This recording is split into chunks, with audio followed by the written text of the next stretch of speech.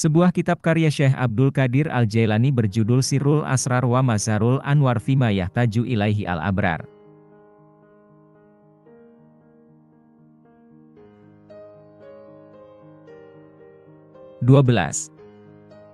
Kaum fakir. Sebagian ulama menyatakan bahwa mereka disebut sufi karena mengenakan pakaian dari wol, suf. Sebagian lagi menyatakan bahwa mereka disebut sufi karena menjernihkan hati dari segala sesuatu selain Allah Subhanahu wa Ta'ala. Sebagian lagi menyatakan bahwa kelak mereka akan berdiri di saf pertama di hari kiamat, yaitu di alam kedekatan, karena alam ada 4, alam mulk, alam malakut, alam jabarut, dan alam lahut. Yang terakhir inilah alam hakikat. Demikian pula ilmu ada 4 macam, yaitu ilmu syariat, ilmu tarekat, ilmu makrifat, dan ilmu hakikat. Ruh juga ada 4 macam, yaitu ruh jusmani, ruh rawani sirani, ruh sultani, ruh qudsi. Tajalli juga ada 4 macam, yaitu tajalli atsar, tajalli af'al, tajalli sifat, dan tajalli zat. Akal juga ada 4 macam, yaitu akal mak'asyi, akal mak'adi, akal zamani, dan akal kuli. Semua manusia terikat berbagai hal yang 4 itu, yaitu 4 macam ilmu, 4 macam ruh, 4 macam tajalli, dan 4 macam akal. Sebagian manusia terikat dengan semua yang pertama, ilmu yang pertama, ruh yang pertama, dan akal yang pertama. Mereka ada di surga yang pertama, yaitu surga Ma'wa. Sebagian dari mereka terikat dengan semua yang kedua. Mereka ada di surga yang kedua, yaitu surga Naim. Sebagian dari mereka terikat dengan semua yang ketiga. Mereka ada di surga yang ketiga, yaitu surga Firdaus. Mereka semua alpa dari hakikat perkara ini. Sementara itu, para ahli kebenaran dari kalangan fakir dan arif telah berhasil menembus, menuju kedekatan dengan Allah. Mereka sama sekali tidak terikat dengan sesuatu apapun selain Allah. Dalam hadis qudsi, Allah Subhanahu wa Ta'ala berfirman, "Kecintaanku tergantung pada kecintaan terhadap orang-orang fakir. Kefakiran adalah kebanggaanku." Yang dimaksud kefakiran di sini adalah fana di dalam Allah sehingga tidak ada lagi sesuatu apapun yang tersisa pada diri si hamba dan tidak ada celah sedikit pun dalam hatinya selain hanya untuk Allah dan cinta kepadanya. Allah Subhanahu wa Ta'ala dalam sebuah hadis qudsi, "Bumiku dan langitku tidak akan cukup memuatku. Tetapi hati hambaku yang mukmin cukup memuatku." Maksudnya, orang mukmin yang hatinya jernih dari semua sifat manusiawi dan kosong dari semua yang selain Allah, sehingga Allah menjadi muat di dalam hatinya. Abu Yazid Bustami menyatakan, kalaupun arasi dan semua isinya dilesakkan ke salah satu sudut hati seorang arif, maka ia tidak akan merasakannya. Barang siapa yang mencintai para pecinta Allah, pasti dia akan bersama mereka di akhirat. Tanda cinta mereka adalah kecintaan bersahabat dengan mereka dan kerinduan kepada Allah serta pertemuan dengannya. Pakaian mereka ada 3 macam, yaitu wol domba untuk seorang pemula, wol kambing untuk seorang pertengahan, wol mar'as untuk seorang tingkat tinggi, yaitu kain wol persegi 4. Penulis tafsir Al-Majma menyatakan, yang layak bagi para ahli zuhud adalah segala bentuk pakaian, makanan, dan minuman yang kasar. Mereka adalah para pemula. Sedangkan yang layak untuk para arif adalah segala bentuk pakaian, makanan, dan minuman yang halus. Perbuatan seorang pemula diwarnai dengan perbuatan terpuji dan perbuatan tercela. Perbuatan seorang pertengahan diwarnai dengan perbuatan terpuji seperti cahaya syariat, tarekat, dan makrifat, sehingga pakaian mereka pun berwarna putih, biru, atau hijau. Perbuatan seorang tingkat tinggi sama sekali tidak mengandung warna apapun seperti cahaya matahari. Cahaya ini tidak akan menerima warna lain, seperti warna hitam. Inilah tanda tercapainya fana yang menjadi cadar bagi cahaya makrifat mereka, sebagaimana halnya malam menjadi cadar bagi cahaya matahari. Sesungguhnya Tuhan kamu, Allah, yang telah menciptakan langit dan bumi dalam 6 masa, lalu Dia bersemayam di atas arasy. Dia menutupkan malam kepada siang yang mengikutinya dengan cepat, dan diciptakan matahari, bulan dan bintang-bintang masing-masing tunduk kepada perintahnya. Ingatlah, menciptakan dan memerintah hanyalah hak Allah. Maha suci Allah, Tuhan semesta alam. Surah Al-A'raf ayat 54, di dalamnya terdapat isyarat halus bagi orang yang mengerti esensi segala sesuatu. Selain itu, selama menjalani hidup di dunia, orang yang dekat dengan Allah seakan-akan berada dalam penjara, keterasingan, duka cita, nestapa, malapetaka, kesusahan, dan kegelapan. Pakaian yang layak bagi kegelapan adalah pakaian berwarna gelap. Dalam sebuah hadis sahih dikatakan bahwa Nabi Muhammad SAW pernah mengenakan pakaian berwarna hitam dengan sorban kepala juga berwarna hitam.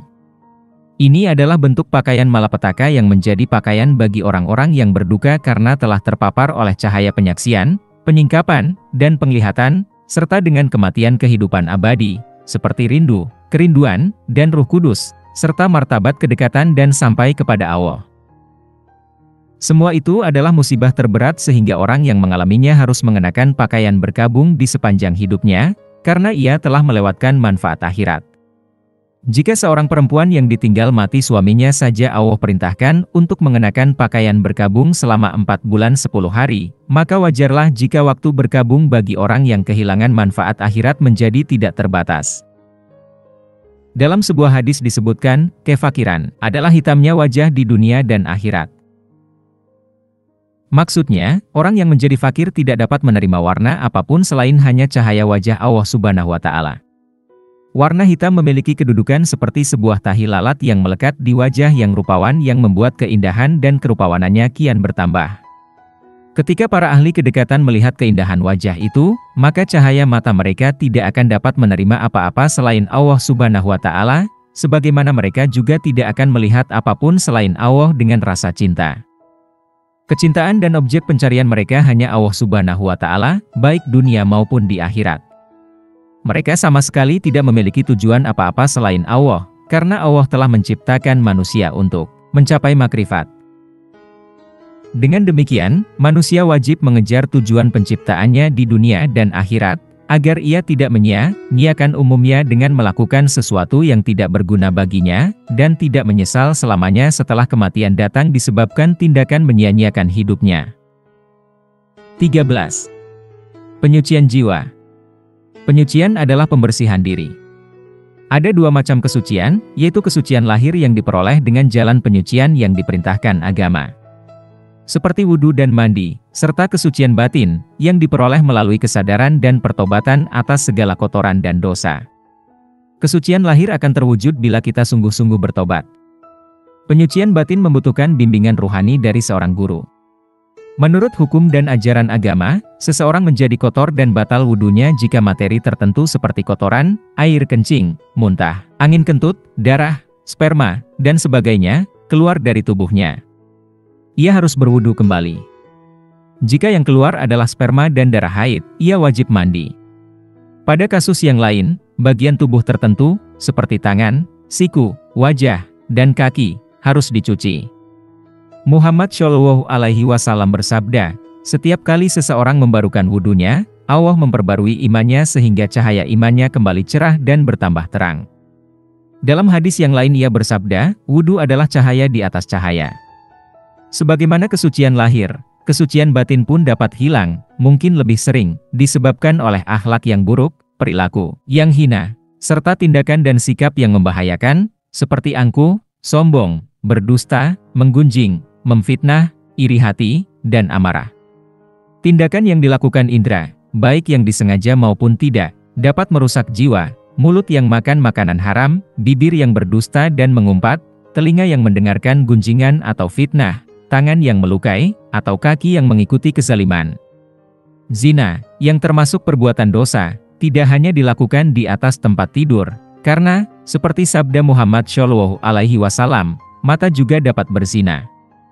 Ketika kesucian batin dirusak dan wudhu ruhani batal, maka wudhunya harus diperbarui. Melalui pertobatan yang sungguh-sungguh, sepenuhnya menyesali kesalahan disertai tangisan, air mata untuk membersihkan kotoran jiwa, dan tekad untuk tidak pernah mengulangi kesalahan tersebut. Ia juga harus memiliki niat yang kuat untuk meninggalkan semua kesalahan dan memohon ampunan kepada Allah, disertai doa semoga dia mencegahnya dari melakukan dosa semacam itu lagi. Sholat berarti bersimpuh di hadapan Tuhan. Berwudu, yakni berada dalam keadaan suci, merupakan syarat sholat. Seorang alim mengetahui bahwa kesucian lahir tidaklah memadai, karena Allah melihat jauh ke dalam lubuk hati seseorang. Karena itu, kita harus menyucikan hati dengan tobat. Hanya dengan cara itulah sholat dapat diterima. Kesucian tubuh setelah wudhu atau mandi besar dibatasi oleh waktu, karena tidur dapat membatalkan wudhu. Setiap saat selama hidup di dunia ini, kita harus menjaga kebersihan jasmani siang dan malam. Kesucian batin dan penyucian diri yang tak terindra tidak dibatasi oleh waktu. Bahkan, kesucian ruhani bersifat kekal tidak hanya di dunia yang fana ini, tetapi juga untuk kehidupan di akhirat. 14. Makna ibadah. 5 kali dalam sehari, di waktu-waktu yang telah ditentukan, setiap muslim yang telah akil balik dan mampu, wajib mendirikan sholat, sesuai dengan perintah Allah, peliharalah sholatmu dan, peliharalah, sholat yang tengah-tengah, wusta. Surah Al-Baqarah ayat 238. Ibadah lahir dalam sholat mencakup berdiri, membaca ayat Al-Quran, rukuk, sujud, berlutut, dan mengucapkan doa-doa tertentu dengan suara yang agak keras. Semua aktivitas yang melibatkan anggota tubuh ini, termasuk semua bacaan yang dilafalkan, merupakan ibadah lahir. Semua itu tercakup dalam perintah Allah yang pertama, peliharalah sholatmu, yang disampaikan dalam bentuk jamak. Perintah yang kedua, dan, peliharalah, sholat yang tengah-tengah, wusta, mengacu kepada sholat hati, karena hati berada di tengah, di pusat wujud. Tujuan ibadah ini adalah mendapatkan ketentraman hati. Hati berada di tengah-tengah, antara kanan dan kiri, antara depan dan belakang, antara atas dan bawah, antara kebaikan dan maksiat. Hati adalah pusat, titik keseimbangan, bagian tengah. Muhammad Shallallahu Alaihi Wasallam bersabda, hati anak-anak Adam berada di antara dua jari yang maha penyayang. Dia membalikannya kemana saja dia kehendaki. Kedua jari Allah itu adalah sifat kekerasan azabnya dan kelembutan karunia-Nya. Ibadah yang sejati adalah ibadah hati. Jika hati seseorang lalai terhadap ibadah sejati ini, tentu ibadah lahirnya rusak. Jika ini terjadi, ia tidak akan meraih ketentraman lahir yang didambakannya dari sholat lahir.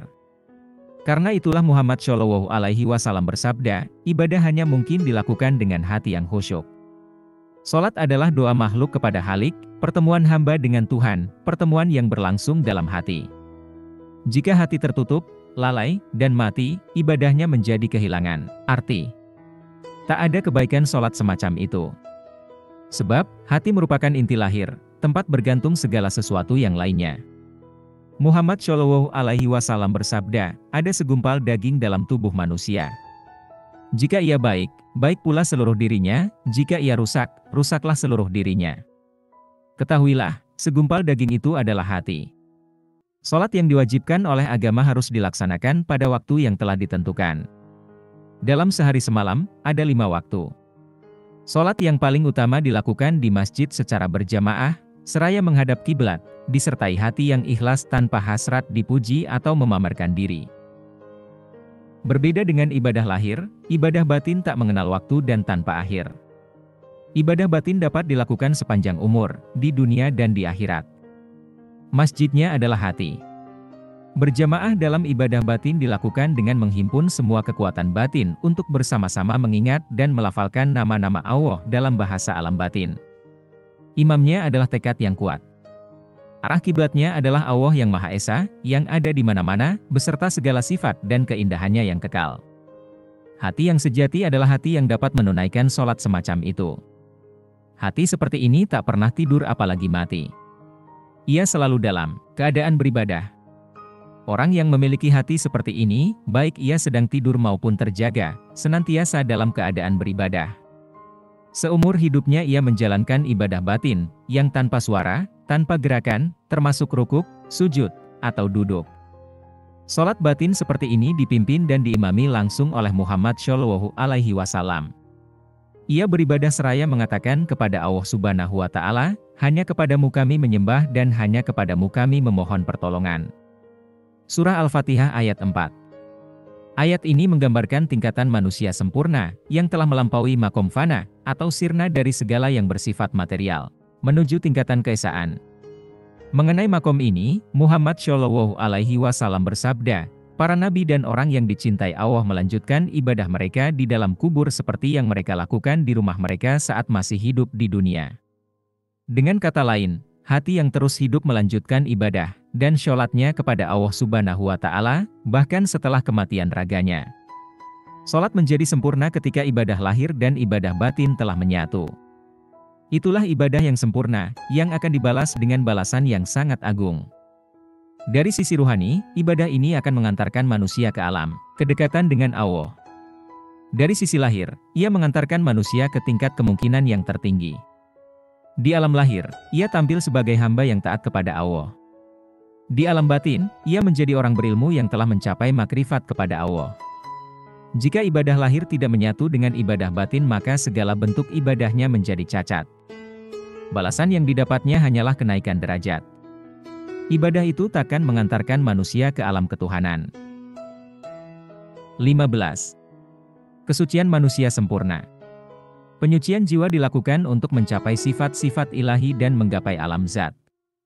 Untuk mencapainya, dibutuhkan pendidikan yang akan membimbing manusia dalam proses pembersihan cermin hati dari citra hewani dan manusiawi, dengan menyebutkan nama-nama ilahi. Karenanya, zikir merupakan kunci pembuka mata hati. Hanya jika mata itu terbuka, seseorang dapat melihat sifat-sifat sejati Allah Subhanahu wa Ta'ala. Selanjutnya ia dapat melihat pantulan rahmat, karunia, keindahan, dan kebaikan ilahi pada mata hati yang telah disucikan. Muhammad Shallallahu Alaihi Wasallam bersabda, mukmin adalah cermin bagi mukmin yang lain. Ia juga bersabda, orang yang berilmu membuat citra-citra, sedangkan orang yang bijak membersihkan cermin hati tempat kebenaran dipantulkan. Ketika mata hati telah disucikan dengan terus-terusan berzikir menyebut nama Allah, ia akan meraih ilmu mengenai sifat-sifat ilahi. Penyaksian ini hanya mungkin terjadi di dalam cermin hati. Penyucian yang bertujuan untuk mencapai zat ilahi dilakukan dengan terus-menerus mengingat dan menyebutkan kalimat syahadat, persaksian. Dalam kalimat tersebut ada 3 nama yang esa, yakni 3 terakhir dari 12 nama ilahi, yaitu, La ilaha illallah, tidak ada Tuhan selain Allah. Allah, nama yang layak bagi Tuhan. Hu, Allah yang bertransenden. Ha, yang maha benar. Hai, yang maha hidup. Qayyum, yang maha mandiri Qahar, yang maha menaklukkan. Fatah, yang maha membuka wahid, yang maha esa. Syamad, yang maha memenuhi segala kebutuhan. Semua nama ini harus dilafalkan bukan hanya oleh lisan, melainkan juga oleh hati. Hanya setelah itulah mata hati akan melihat cahaya hakikat. Ketika cahaya suci zat ilahi telah tampak, semua sifat jasmani menghilang dan segala sesuatu sirna. Inilah makom fana, sirnanya segala sesuatu. Tampilan cahaya ilahi menyirnakan semua cahaya lainnya. Segala sesuatu akan binasa kecuali dia. Surah Al-Kasyash ayat 88. Ketika semuanya sirna, yang ada secara kekal adalah Ruh Suci. Ia melihat dengan cahaya Allah. Ia melihatnya, dia melihatnya. Ia melihat melaluinya, ia melihat di dalam zatnya, ia melihat untuknya. Tak ada citra, tak ada keserupaan dalam melihatnya, tak ada yang menyerupainya dan dia maha mendengar lagi maha melihat. Surah Asy-Syura ayat 11. Setelah fana, yang ada hanyalah cahaya yang murni dan mutlak. Tak ada apapun yang dapat diketahui. Itulah makom fana. Tak ada lagi pikiran untuk menyampaikan berita apapun. Muhammad Shallallahu Alaihi Wasallam menjelaskan keadaan ini dengan sabdanya, suatu ketika aku pernah berada sangat dekat kepada Allah sehingga tak seorang pun, baik malaikat, rasul atau nabi, yang menjadi penghalang antara kami. Itulah makom kesendirian, ketika seseorang telah mengucilkan dirinya dari segala sesuatu kecuali Allah. Itulah makom kebersatuan, seperti yang Allah perintahkan dalam sebuah hadis qudsi, menyendirilah dari semua dan temukanlah kebersatuan. Kesendirian itu dimulai dengan sirnanya segala yang duniawi. Setelah itu, kau akan memperoleh sifat-sifat ilahi.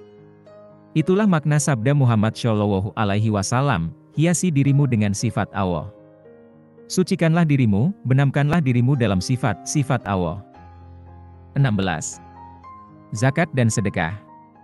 Sebagaimana sholat, zakat pun terdiri atas 2 macam, yaitu zakat lahir dan zakat batin atau zakat ruhani. Zakat lahir ditunaikan sesuai dengan ketentuan syariat, yaitu mengeluarkan sebagian harta yang diperoleh secara halal. Setelah menetapkan jumlah tertentu untuk kebutuhan keluarga, sebagian dari kelebihan harta itu didistribusikan kepada kaum fakir. Berbeda dengan zakat lahir, zakat batin diambil dari apa-apa yang diperoleh seseorang dari harta ukhrawi, untuk kemudian didistribusikan kepada orang-orang yang membutuhkannya, yaitu mereka yang miskin ruhani. Zakat adalah bersedekah atau berderma kepada orang miskin, sesuai dengan perintah Allah. Sesungguhnya sedekah, zakat, itu adalah bagi orang fakir dan miskin. Surah At-Taubah ayat 60. Segala sesuatu yang diberikan sebagai zakat akan melalui tangan Allah sebelum sampai kepada orang miskin. Karena itu, tujuan zakat tidak semata-mata untuk membantu kaum fakir, karena Allah Maha memenuhi semua kebutuhan, termasuk kebutuhan kaum fakir. Tujuan sejati zakat adalah agar niat orang yang berzakat diterima oleh Allah. Orang yang dekat kepada Allah akan memberikan pahala ruhani atas amal saleh mereka kepada orang-orang yang berdosa. Allah Subhanahu wa Ta'ala memperlihatkan kasih sayangnya dan mengampuni orang yang berdosa sesuai dengan sholat, zakat, puasa dan haji, pahala tasbih dan tahlil, pahala membaca Al-Quran, kedermawanan, dan berbagai bentuk perbuatan baik lainnya. Dengan kasih sayangnya, Allah menutupi dan menyembunyikan dosa para pelaku maksiat sebagai imbalan bagi ibadah para hambanya yang saleh. Itulah bentuk kedermawanan para mukmin sejati. Mereka tak pernah mementingkan diri sendiri, mereka tidak pernah mengharapkan pujian maupun ketenaran, apalagi sebutan sebagai orang yang baik. Bahkan mereka tidak mengharapkan pahala di akhirat bagi kesalehan dan ketaatan mereka. Sebab, para penempuh jalan rohani itu telah kehilangan segalanya, bahkan keberadaan mereka sendiri. Mereka menjadi sangat dermawan karena mereka sama sekali tidak membutuhkan dan tidak memiliki apa-apa. Allah mencintai para dermawan yang telah menghabiskan seluruh harta duniawinya. Muhammad Shallallahu Alaihi Wasallam bersabda, orang yang telah menghabiskan semua miliknya dan tidak berharap memiliki apa-apa akan berada dalam perlindungan Allah di dunia ini dan di akhirat kelak. Tokoh sufi wanita pertama, Rabiah Al-Adawiyah, pernah berdoa dan memohon kepada Allah, "Ya Allah, berikan semua bagianku di dunia ini kepada orang-orang kafir. Jika aku memiliki bagian tertentu di akhirat, berikanlah kepada orang beriman dari hamba-hambamu. Yang kudambakan di dunia ini hanyalah kerinduan kepadamu, dan yang kudambakan di akhirat hanyalah berada bersamamu." Sebab, baik manusia maupun yang diterima tangannya dalam sekejap akan menjadi kepunyaan pemilik keduanya. Allah memberikan imbalan sekurang-kurangnya 10 kali lipat bagi orang-orang yang memberi. Zakat juga akan memberikan faedah lain bagi yang mengeluarkannya. Ia akan menyucikan harta dan sekaligus dirinya. Tujuan ruhani dari zakat telah dicapai jika seseorang berhasil menyucikan dirinya dari sifat-sifat mementingkan diri sendiri. Perpisahan dengan sebagian kecil dari sesuatu yang dianggap sebagai milik sendiri akan dibalas dengan pahala yang besar di akhirat. Allah Subhanahu wa Ta'ala berjanji, siapa saja yang mau meminjamkan kepada Allah pinjaman yang baik maka Allah akan melipat gandakan balasan pinjaman itu untuknya, dan ia akan memperoleh pahala yang banyak. Surah Al-Had ayat 11. Zakat, atau sedekah, pinjaman yang baik, adalah amal saleh, yaitu ketika kau memberikan sebagian dari apa yang telah kau peroleh, baik yang bersifat jasmani maupun ruhani. Berikanlah ia kepada para hamba Allah, karena Allah. Meskipun begitu banyak pahala yang dijanjikan, berikanlah tanpa pamrih. Bersedekahlah disertai kepedulian dan cinta kasih, bukan dengan sikap pamer atau mengharapkan pamrih, sikap yang membuat si penerima merasa wajib berterima kasih atau berutang budi. Allah berfirman, "Hai orang yang beriman, janganlah menghilangkan pahala sedekahmu dengan menyebut-nyebutnya dan menyakiti perasaan si penerima." Surah Al-Baqarah ayat 264. Semua ini menjadi bagian dari infak di jalan Allah tanpa meminta imbalan di dunia. Kamu sekali-kali tidak sampai kepada kebajikan yang sempurna, sebelum kamu menafkahkan sebagian harta yang kamu cintai. Dan apa saja yang kamu nafkahkan sesungguhnya Allah mengetahuinya. Surah Al-Imran ayat 92.